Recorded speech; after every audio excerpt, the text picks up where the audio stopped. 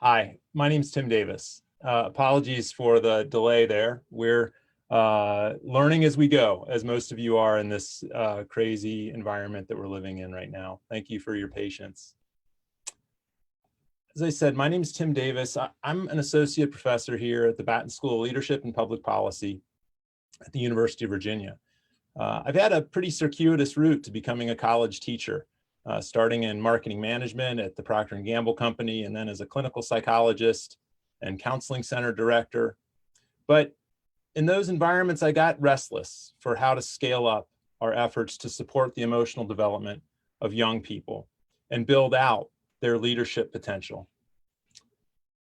which led me to Batten and into the classroom, where I think we're doing some pretty neat things to foster emotional resilience in our students and develop our young leaders for the national and global challenges ahead of us.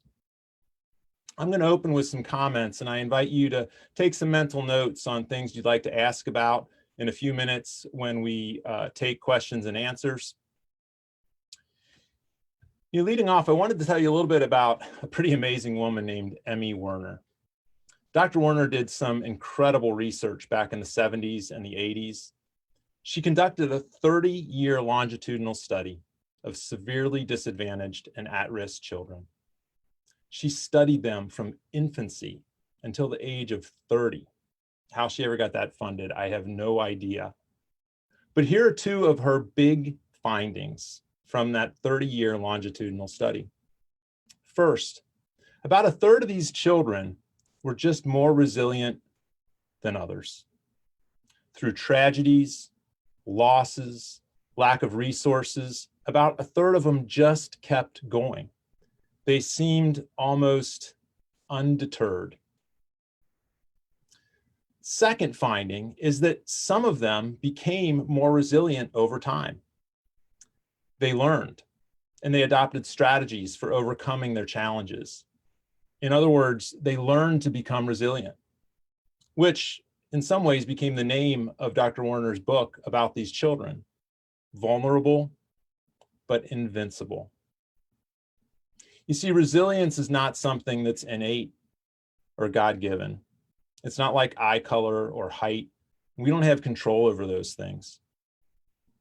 In good part, resilience or emotional fortitude is an amalgamation of behaviors and choices. The class I've developed here at the Batten School at UVA is structured around those behavioral competencies that we know are scientifically shown to predict strong mental health and successfully overcoming setbacks. So what are those competencies? Well, here's a few. One is how effectively we develop relationships with people who support us and make us feel good. Another is setting meaningful and motivating goals. Sometimes when we know what we want, no matter what time of life we're in, resilience starts to take care of itself. Another is practicing mindfulness, meditation, and other spiritually based practices. A few other foundations of resilience in this class model are developing optimism, not naivete, not a Pollyanna smiling at all costs mentality, an optimism that objectively accounts for threats and negative forces in our lives, and then teaches people to deliberately and strategically focus their energy on the things that get them the most emotional return on their efforts. Another is practicing gratitude, which Martin Seligman's research indicates is more predictive of happiness than any construct ever studied in the field of psychology. Another is learning to tame intense thoughts and learning to not believe everything that your mind tells you, especially when you're scared or stressed. Another is developing the capacity for meaning making. And in fact, this was one of Emmy Werner's key findings when she studied those children. You see, the kids who were most resilient seem to be able to construct meaning and purpose, even in the middle of their suffering and their hardship. Now, All that is not to say that there are not some givens that make it harder for some of us to be resilient than others. Economic privilege would be one example. But in my experience, it's also so much about what we do, the strategies that we use, and honestly, how much we commit ourselves to the fight. And that's often what it feels like, the fight, to not be overpowered by our adversities. With everything going on right now with the global pandemic, it's a good time to remember that resilience competencies do not get developed when times are easy. That never happens. In fact, a centerpiece of the class on resilience, which is called the Resilient Student, Transition, Thriving, and Leadership. A centerpiece of that class is a project in which students are required to design a project that pushes them so far out of their comfort zone that it scares them a little bit. It makes them wonder whether they can actually achieve it or not. See, people learn how to cope effectively when they're challenged, when things are difficult. In fact, Siri and her colleagues published a really fascinating study in the Journal of Personality and Social Psychology that indicated that we all need a critical mass of pretty negative life events in order to develop optimal mental health, an idea that I call optimal adversity. Siri and her colleagues found that ideally we experience 6 to 12 negative life events, pretty highly charged negative life events, and that number was most highly associated with optimal coping and mental health. That's why we're reading a book in the resilience class called Forged in Crisis. It's not called Forged in Cushion or Forged in Calm. It's called Forged in Crisis. And each of the 5 leaders in that set of biographies that we're studying became great because of the crises they faced, not in spite of them. So as you feel the discomfort of the coming weeks and maybe months, and you will, we all will, remember what Shauna Shapiro teaches in her mindfulness courses at Santa Clara. What you practice gets stronger. The skills that you exercise and the competencies that you practice during this uncertain time will become more a part of who you are at the end of this. But you have to practice. You have to determine ahead of time, like now, what your intention is for what you want to practice during this turbulent time. Do you want to learn to become more patient? More tolerant of ambiguity? Maybe you want to learn to lead more often with love, or learn to give up control. Maybe it's your ability to work effectively in a fluid work environment, or to enhance your capacity for dealing with change and uncertainty. What you practice gets stronger. And that's supported by every bit of new science and affective neuroscience that you can find. We can literally wire up our brains to do these things, to do things that we didn't think we were capable of, to become more skilled and more competent at becoming resilient. What you practice gets stronger. And I invite you to use the upcoming weeks to practice whatever it is that will make you a more effective person for yourself and for those around you. That's what we're encouraging our students at UVA to do. And I hope you'll join them and us in our intention to use this challenging and unsettling time as an opportunity to practice resilience and further become the people that we aspire to be. So we're going to use the rest of our time today to take some questions, and I invite you to engage, to send in your comments, your inquiries, and our team of folks here at the Batten School will forward those along to me, and I will respond as we go. Okay, wow, that was quick. Nice job. what questions about developing resilience have you received from students in your class during this uncertain time? Well, I think one of the most frequent things that our students are dealing with right now is a lack of routine. We had our first Zoom meeting with our 120 students that are taking the resilience class this semester. And one of the things we noticed was that a lot of them were Zooming into our meetings from bed. And it's an 11 o'clock class. You know, we were a little concerned that there was a lack of structure. And one of the things that we're trying to help them understand is the need for maintaining a routine during this time. You know why you're getting out of bed in the morning. Have a reason to get out of bed in the morning at a particular time. Start your day, structure your day, and make sure you're tending to the basics throughout your day, what you're eating, how you're exercising, what you're learning, when you're studying, when you're on and when you're off, when you're connecting with people and when you're having time to yourself. It's really important to have structure and a schedule currently. And I think that's what they're learning is most helpful and what they initially struggled with most out of the gate. Okay, other questions?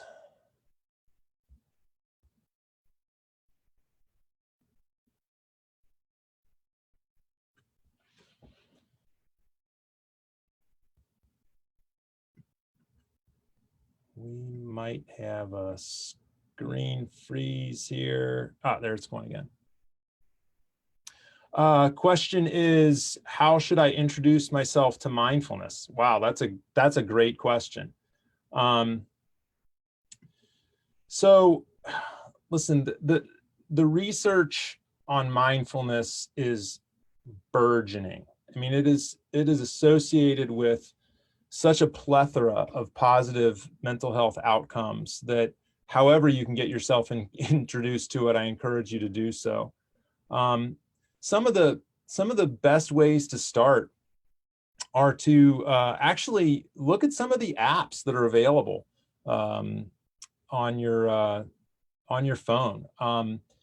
The Batten School is actually purchasing an app. There's a lot of apps, but one of them that we're interested in is Headspace. And Headspace does a nice job of supporting the efficacy of their app with research. And so we're actually in the process of buying all of our students a subscription to Headspace. So you can start with one of the apps. Actually, on Headspace right now, there's some free functions on there. One of them called Weathering the Storm. That they're putting out to the public to entice them to get interested in mindfulness. There's also just a ton of videos and audios that are available on YouTube. So you can just explore any of that. It's not hard to start. Take a minute, take 2 minutes, and just start the train moving. We think you'll find some wonderful benefits to that. Okay, another question.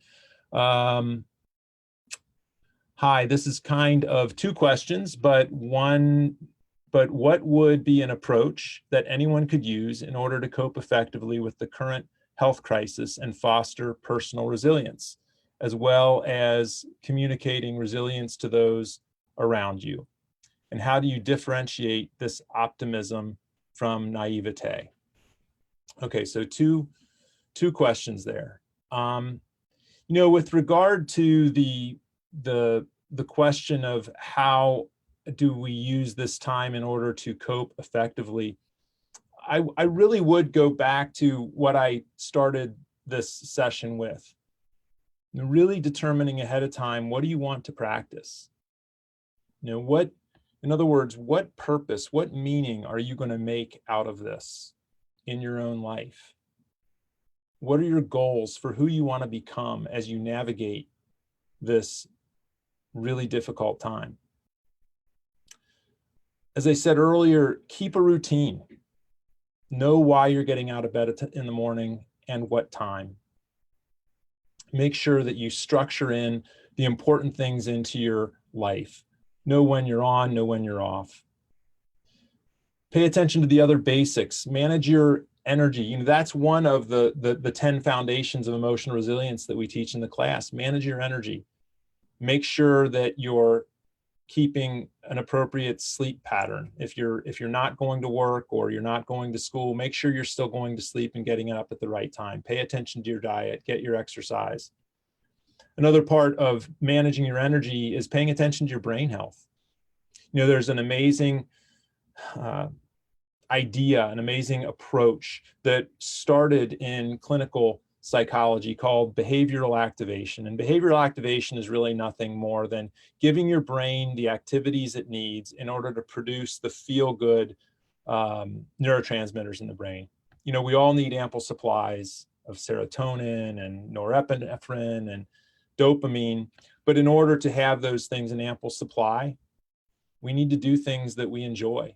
And behavioral activation says, do the things that you enjoy, do things that make you feel good, even when you don't feel like doing them, even when you feel a little sad or anxious or depressed, do them anyway. That actually pushes the neurotransmitters out into your brain that your brain needs in order to cope effectively and to feel good. So those are all a smattering of the things that I think are really important for all of us to be doing during this uncertain time. How do you differentiate between optimism and naivete? Easily. A true optimist is not afraid to look at reality straight in the eye. They don't overlook the threats in their environment. They account for all that. It's not about being in denial about anything, no matter how dire things appear. It is a matter of strategically and deliberately focusing on the things that are first in your control and second, have the potential for positive outcomes. I'm going to say that again. Focusing on the things that are in your control and the things that have the potential for positive outcomes. And if you use a mental filter to really invest your energy into things that only meet those two criteria, then you will get a good emotional return on your investment. You see, we have to, at times like this, treat our emotional reserves, our emotional energy, as preciously as good financial investors would treat their investments. They don't invest in things that don't give them a really strong return on their investment. Treat your emotional energy the same way. That's what optimists do. Here's another question. Tim, you are also a parent. What advice has been most effective in developing resilience in your own children? Wow, that is a great question.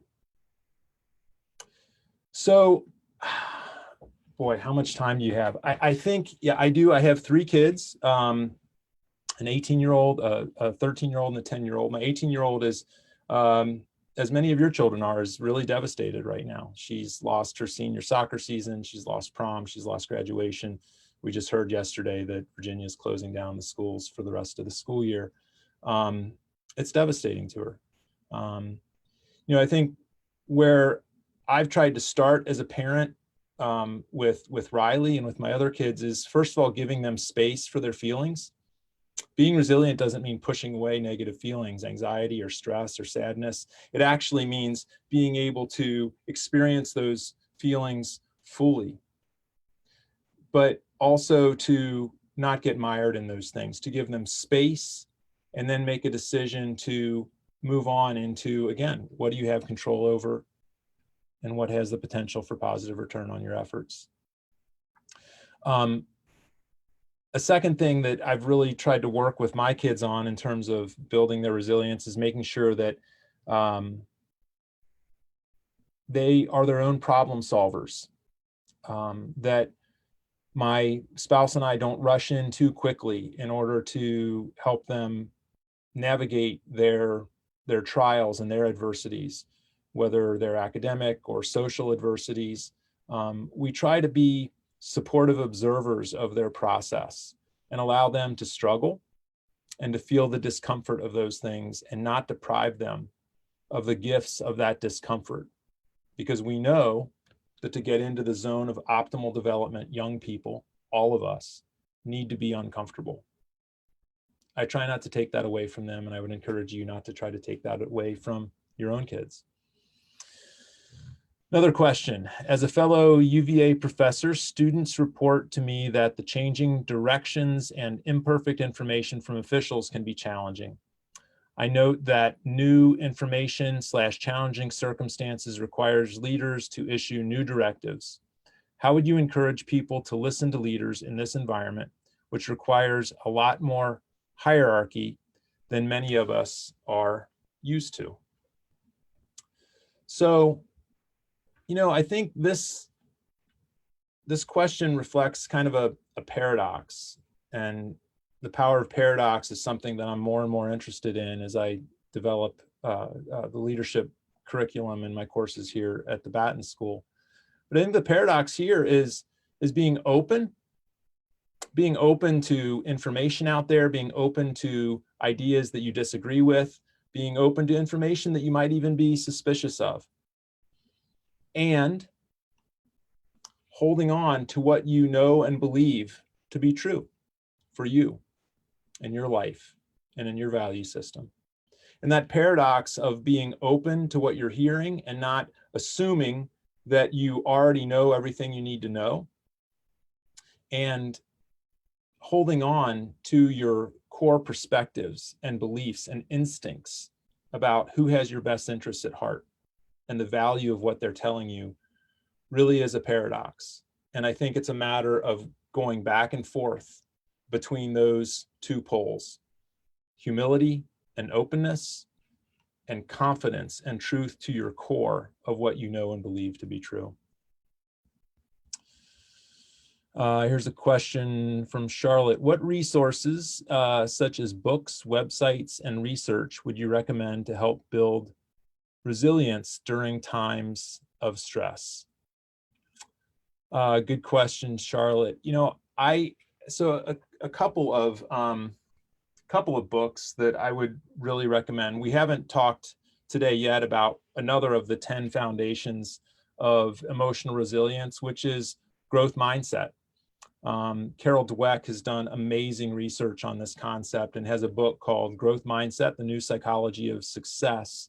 It is probably the most power-packed, about 120 pages. It's not a very long book, of good information on learning to be resilient, and a brief introduction to how pliable our brains actually are, particularly when they're feeling challenged and stretched.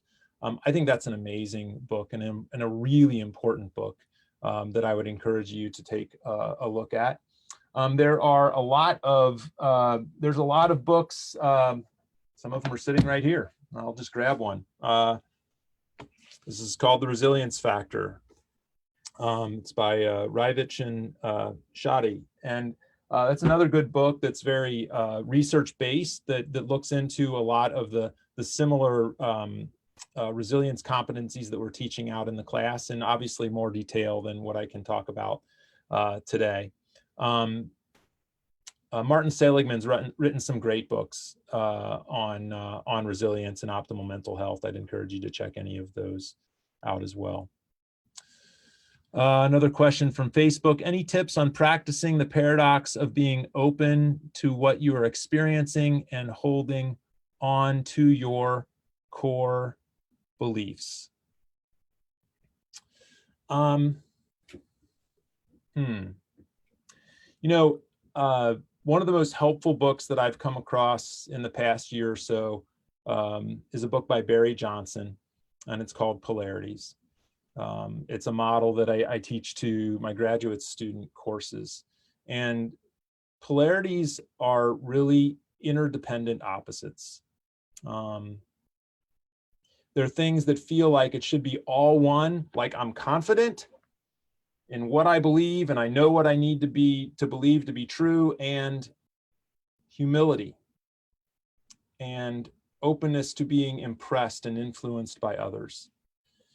Those are actually interdependent opposites. In order for us to grow as people, and in order for us to cope effectively during times like this with contrasting messages from leadership, we need to have both of those things.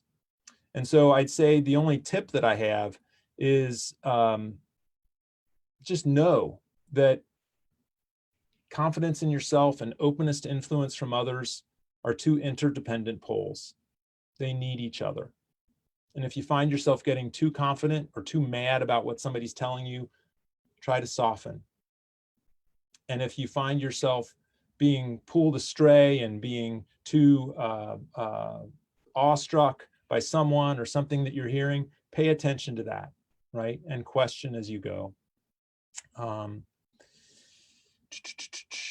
It looks like that is the last question, being asked to wrap up. So I hope this has been helpful. I encourage you to connect with the Batten School on Facebook. If you have more questions, you can go there. And I do hope that you will join all of us in trying to make this very difficult time a time of growth and development and an opportunity to become more resilient. We need challenge, we need stress. For better or worse, we need discomfort in order to develop into the people that we aspire to become and to fulfill our potential as individuals and as leaders. And please join us in that journey. And until then, be well, and thank you for joining us today.